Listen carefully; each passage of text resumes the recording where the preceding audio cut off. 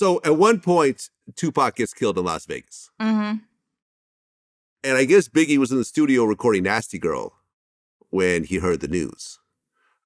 Were you with Big when this actually happened or no? No, I don't think I was with him when Pac died. I just remember him being like really upset. Well, Pac didn't die right away. So he was in the hospital for a few days. And I remember Big like really truly being concerned and upset about it. Like that, like this is fucked up. Like it wasn't a situation where there was some like intense hatred where he's, like, I hope he dies or anything like that. It was really like true concern. Like, this is crazy. So. Well, yeah, I remember Faith, she talked about the situation. I guess Big called her when he heard the news and he started to cry over the whole situation. I mean, he really was upset. Like, people think they had this intense hatred towards one another. And, I can't speak for Pac. I don't know Pac, but I know Big was really, truly, devastated behind it.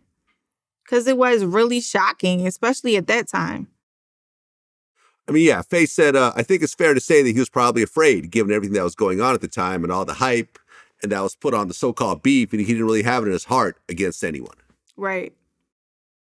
So, from what I understand, like, he was hoping at one point that they would just work it out because nothing really happened. I mean, from everyone I talked to, and I really kind of looked at this situation, done a lot of interviews, Biggie did not set up Tupac to get shot at Quad Studios. Absolutely not. Absolutely not. He just happened to be there, and Pac was there to do a verse for, I think, like Lil Sean. Yeah, and I don't know him. Who he was doing a verse for, but that is absolutely not the scenario. And it's just crazy that,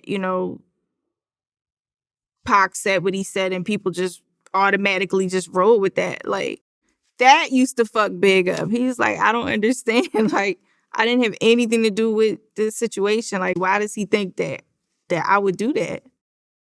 So. Right. You even told me that after Pac died, you guys would roll around and sometimes Biggie would listen to the Machiavelli album. All the time. All the time. So, I no matter what was going on, he didn't let that apply to how he felt about his music. And I think a lot of Big's, the whole Pac scenario really more so confused Big. He just didn't understand like why he was coming at him so hard. He just didn't understand why. Like, what is the reason? I mean, when you look at the Pac situation, you fast forward 2023, I've done multiple interviews with Keefe D where he essentially talked about the whole situation where, Pac got into it with a guy from the Southside Crips.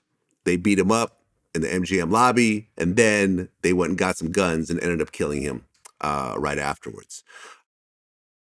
And this is a story that's pretty common right now, but at the time, no one really knew. And you have this icon from the West Coast who gets killed, who's beefing with this icon from the East Coast. And some people are thinking, oh, well, Biggie has something to do with it, or Puffy has something to do with it, or whatever. Right. Did those type of things, were they discussed when you guys were together? And was he bothered by those rumors? There were so many crazy rumors going around at that time. Like, at some point, you just kind of have to shut all of that out. And then you have to remember, like, he's in the middle of trying to work on his new album, and for him, that was a lot of pressure because, Ready to Die is like a classic. So it's like, how they say the sophomore jinx, he's trying to top himself from his first album. And it was just a lot. It was a lot going on. He had a lot going on in his mind around that time.